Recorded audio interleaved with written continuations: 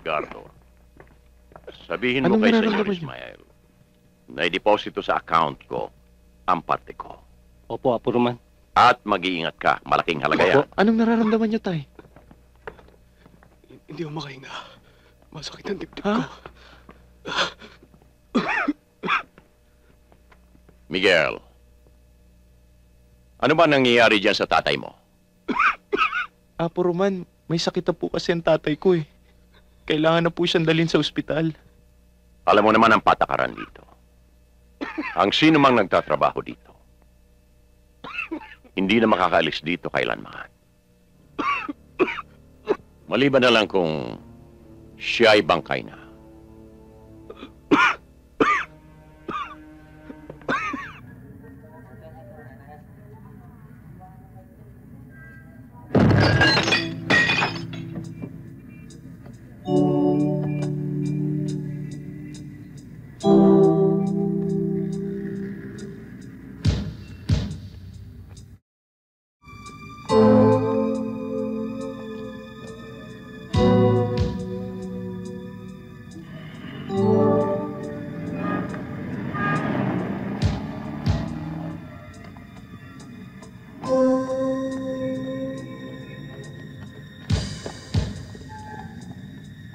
Atin ba yung mayari niyan?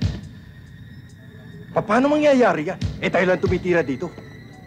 Pinasok tayong mga to. Sige, tignan nyo!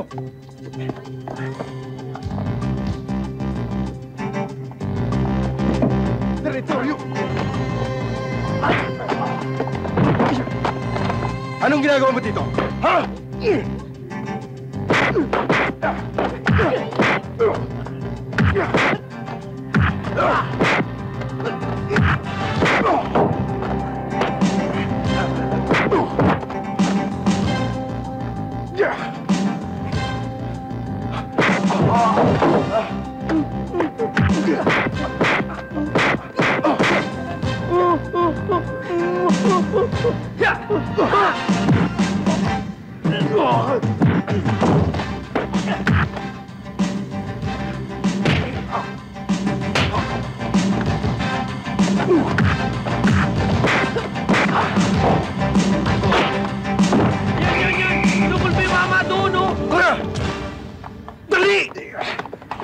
Sa susunod, di ka makalulus sa akin! Ang lakas mo sa mga drobo, ah!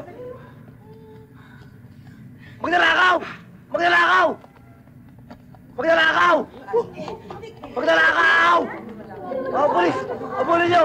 Anong gulo nangyari dito? Kinakatok yung stiro ng kotse ko, eh! Gusto pa nga akong patayin, no? Ang lalaki ng katawan, di ko mo decide ng trabaho! Ayun, tumakbo doon! Asa sila? Doon sa aristokrat! Puntahan nyo! Sige, sundan mo! Hindi, pati ikaw, abulin mo! Saka pa rin pupunta?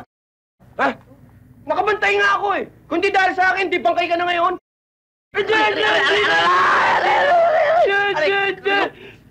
Buhati mo! Buhati mo! Yung kotse! Tiro! Bisa mo! Kaya yung buhok mong kulot, gusto mo unatin ko? Matigas ka!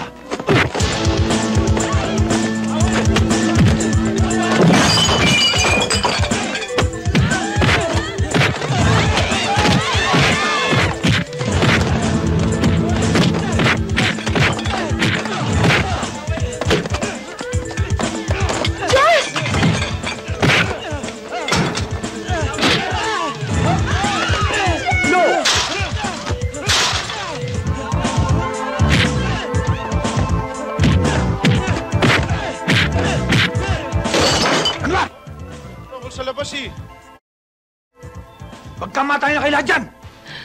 Huwag lang itong mamatay!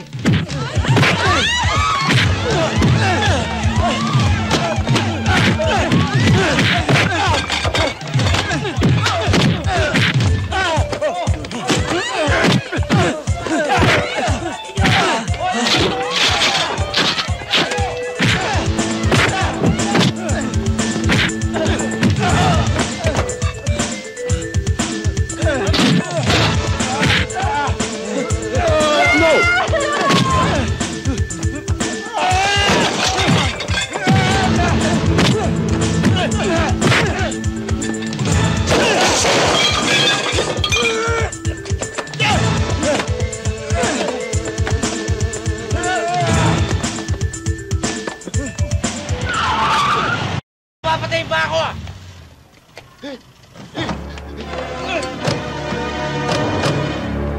Tropa Lichag, dumarating! Ano sabi mo? Ano ba rin ata?